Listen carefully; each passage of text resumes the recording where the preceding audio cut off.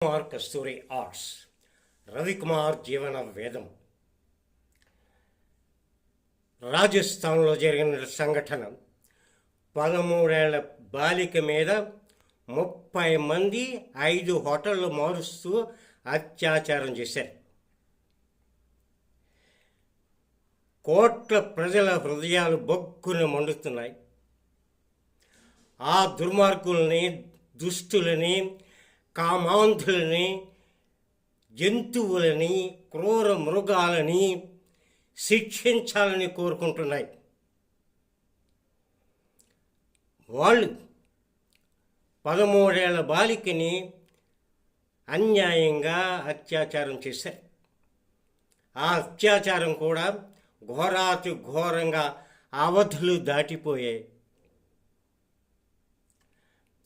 ఆ తల్లి తండ్రి పెట్టినటువంటి ఘోష, హృదయ విదారకమైనటువంటి అరుపులు ఎవరికి బోధపడుతుంది?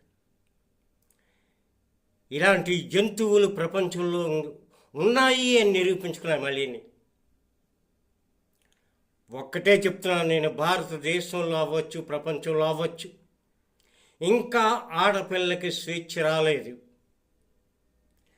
అమ్మాయిలు, మీరు ఒంటరిగా ఎక్కడికి వెళ్ళకండి.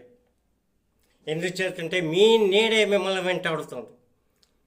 ఎంతో మంచిగా ప్రవర్తిస్తారు, ఎంతో మర్యాద ఇస్తున్నట్టు ఇస్తారు, కానీ వెంటనే ఫోన్ చేస్తూ 5-10 మంది తీసుకొస్తాడు. అన్యాయంగా నీ జీవితాన్ని చింపేస్తాడు. వాళ్ళు చేసే సాయం ఎలా ఉంటుంది? టిఫిన్లు ఇప్పించినట్టు ఉంటుంది. తర్వాత బ్యాగులు మోస్తారు, మనం అడగకపోయినా బ్యాగులు మోస్తారు. మనం ఏదో ఉపకారం చేసి, చాలా తప్పు తల్లి. అమ్మాయిలు, మీరు చాలా జాగ్రత్తగా ఉండాలి. మన స్వేచ్ఛ మనం కొంత తగ్గించుకుందాం. స్వేచ్ఛ అంటే స్వేచ్ఛ ఉండొచ్చు, కానీ ఒంటరిగా వెళ్ళే స్వేచ్ఛ వద్దు. అవి పగలవనేయండి, రాత్రి అని ఈ క్రూర మృగాలు సంచరిస్తున్నంతకాలం మనం స్వేచ్ఛగా తిరగలేకపోతాం. వీళ్ళని కర్రలతో బాదినా, రాళ్లతో కొట్టినా శిక్ష తక్కువే. బల్యాలతో పొడిచినా కూడా శిక్ష తక్కువే. దరిద్రులారా, చండాలులారా, మీకు ఆ 13 ఏళ్ల బాలికే దొరికిందా?